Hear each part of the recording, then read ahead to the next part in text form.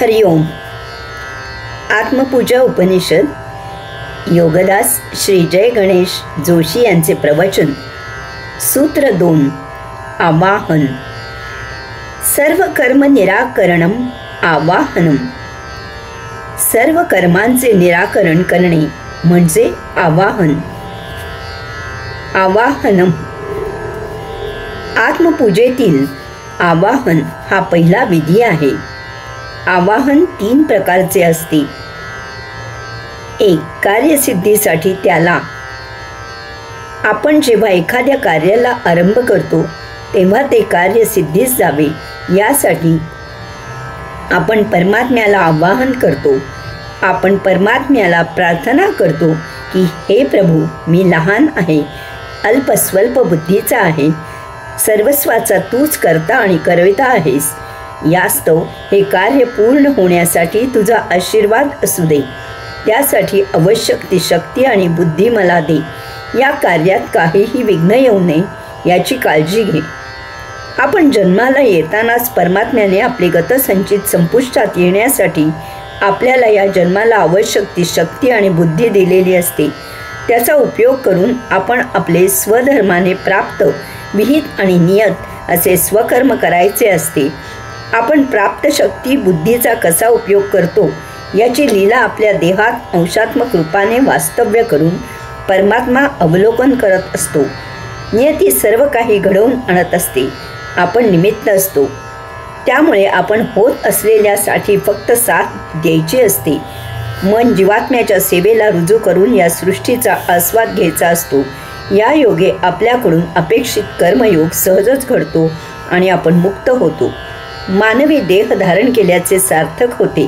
अशा प्रकारे आचरण केले की तेच आवाहन असते आणि आपण स्वतःच तो अंशात्मा आहोत ही जाणीव होते आणि तोच साक्षात्कार असतो.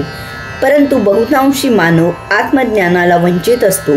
तो स्वतःला मन समजून मनाच्या मर्जीने देहादी इंद्रियांना सौख्य मिळावे यासाठी कर्म करतो.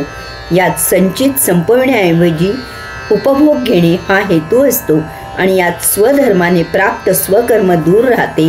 कर्मयोग केला जात नाही. अर्थातच स्वाभाविकपणे मनात धाकधूक होते की कार्य पार पडेल की नाही. जर आपण कर्मयोग करत असू तर आपण पूर्ण निशंक मनाने कार्य करतो. कार्य सुव्यवस्थित पार पडणार असा स्वतःला आत्मविश्वास असतो. आत्मविश्वास याचा अर्थ त्या कार्यात परमात्म्याचा सहभाग आपोआप आलाच. मग त्याला निराळे आवाहन करायची आवश्यकताच राहत नाही. तसे मनातही येत नाही, कारण मन जीवात्म्याच्या सेवेला अगोदरच रुजू झालेले असते.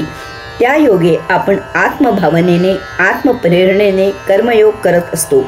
परंतु दुर्दैवाने आपण तसे करत नसतो आणि त्यामुळे परमात्म्याला आवाहन केले जाते.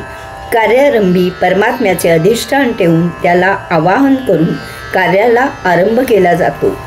2. सहकार्यासाठी सहकार्यांना.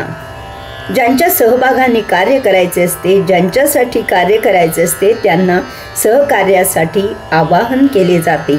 एरवी कार्य करणे शक्य नसते. लग्नात व्यायांनी एकमेकांना सहकार्य केले तरच लग्नकार्य उत्तम प्रकारे पार पडते. एखाद्याचा सत्कार करायचा असेल तर ती सत्कार मूर्ती तेथे यायला हवी. एरवी सत्कार होणे अशक्य आहे.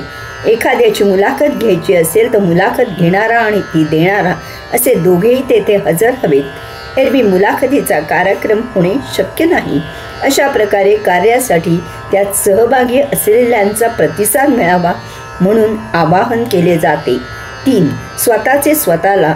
येथे जे आवाहन केलेले आहे ते या दोहोंहून वेगळ्या प्रकारचे आहे.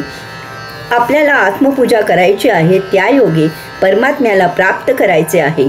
मानवी देह धारण करण्याचा हाच एकमेव उद्देश आहे. यासाठी त्याची पूजा करून त्याच्यात विरघळून जायचे आहे, एकरूप व्हायचे आहे. यासाठी आपल्यावर भौतिकाच्या अतीत होण्यासाठी परिणाम व्हायला हवा आहे.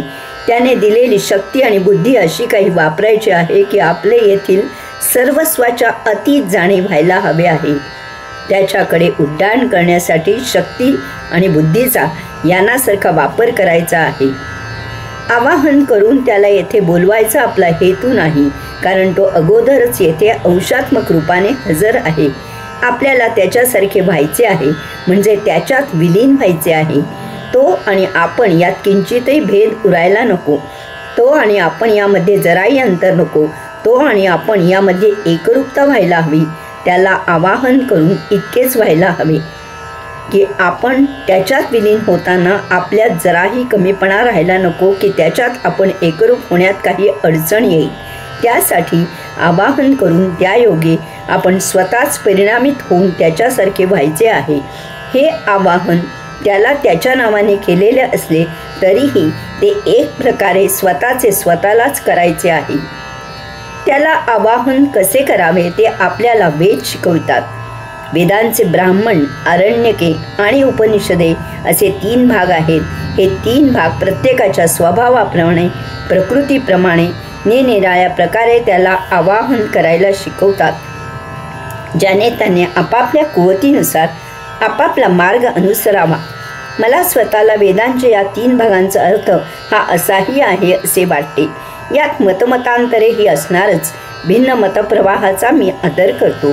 ज्यांना हा असा अर्थ घेणे पटणार नाही त्यांनी मला मोठ्या मनाने माफ करावे.